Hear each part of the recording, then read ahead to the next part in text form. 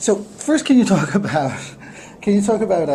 getting the lead? Or first, were you familiar with the graphic novel? No, I wasn't. I'm sorry to say, because it's so brilliant. But I think this was the first graphic novel that I'd ever read. I was so unaware.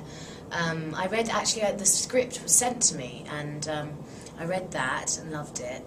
And then I met Stephen. He requested to meet me, and then I met him and he offered the part on the spot.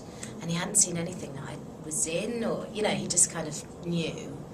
And then I read the graphic novel, and it just completely made me fall in love with the project, because it's so clever and unique, and Posey Simmons is a genius, and she manages to, in one little square, convey emotion, storytelling, everything. I mean, I don't know how she does it, but I am in awe of her. So here's this prominent director comes along and says, "I want to meet with you," and I haven't really seen anything, but you're the one. Yeah. What goes through your head? Is like, well, obviously it's a real compliment, but as an insecure actor, you always go, well, I need to make sure that I prove myself. So I begged him to go on tape with, like, to see me on tape, and he said no.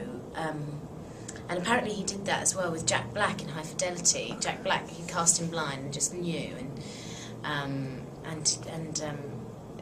know, he's got this instinct. He just has this instinct and goes with it. He doesn't care about what anyone else says. He just does it.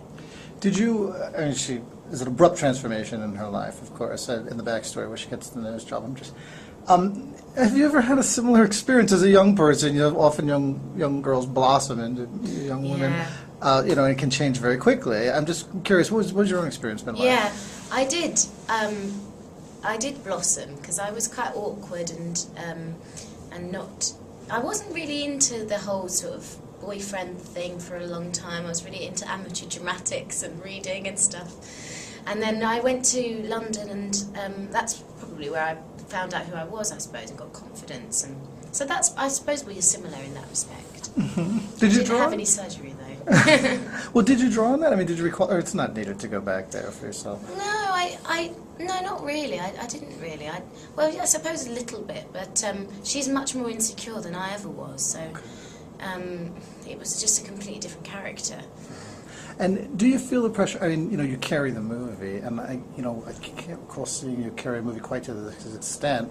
Is it one of your first times doing it? And was there pressure of, you know, being the star and carrying? I didn't feel. I have to disagree with you there, because I don't think I do carry the movie. I think that I am the title role, but that's it really. She's a catalyst, but she's not the lead, and it's an ensemble piece, and that was actually really reassuring for me.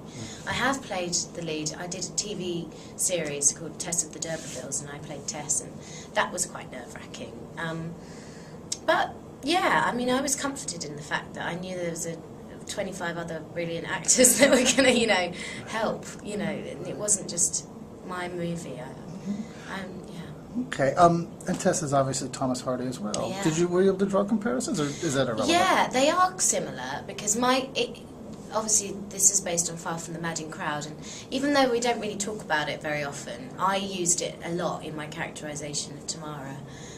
She is Bathsheba, but modern day, I think, in her kind of complexity and she's frivolous but they are similar, Tess and Bathsheba, in that they're women of the earth, and they influence when they belong there, and Tamara belongs in the countryside, but she's denied it for so long. And when she's fake, she's in the city, and when she's the beautiful Tamara, she's completely immersed in the countryside, to the point where she's actually washing her face in the rivers, and, you know, and they are. Yeah, they're very much. Thomas Hardy was completely before his time in terms of writing about women. He understood them better than anyone. He loved them as well. All right, I think that should do it for me. I appreciate it.